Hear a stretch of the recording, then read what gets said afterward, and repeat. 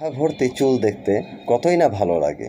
আর সেই চুলের জন্য ঘরোয়া যত্ন নিতে চাইলে নিয়মিত কিছু সহজ ও প্রাকৃতিক পদ্ধতি অনুসরণ করলে চুলকে সুন্দর, মজবুত ও ঝরঝরে করা যায়।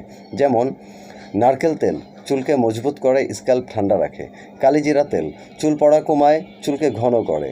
অলিভ অয়েল রুক্ষ চুলে শাইন আনে।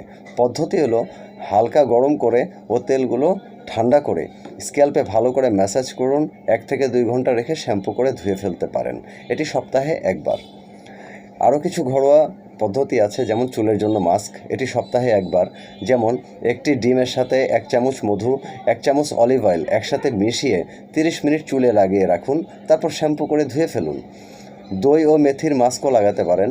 2 টেবিল চামচ টক দই, 1 চা চামচ মেথির গুঁড়ো মিশিয়ে চুলে লাগাতে পারেন।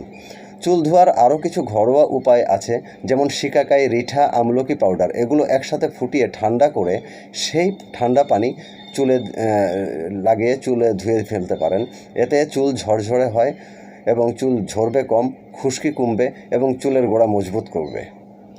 পেঁয়াজের রসও লাগাতে পারেন। স্ক্যাল্পে লাগিয়ে 30 মিনিট রাখুন, সপ্তাহে অন্তত 1 দিন। কিছু জিনিস একদমই এড়িয়ে চলুন যদি সম্ভব হয়, যেমন প্রতিদিন শ্যাম্পু করা, এটি একদমই এড়িয়ে চলুন। গরম পানি দিয়ে চুল ধোয়া, এটিও এড়িয়ে চলুন। কেমিক্যালযুক্ত প্রোডাক্ট যতটা পারুন কম ব্যবহার করার চেষ্টা করুন। এবং ভিজে চুল থাকলে ওই ভিজে চুলে আঁচড়াবেন না।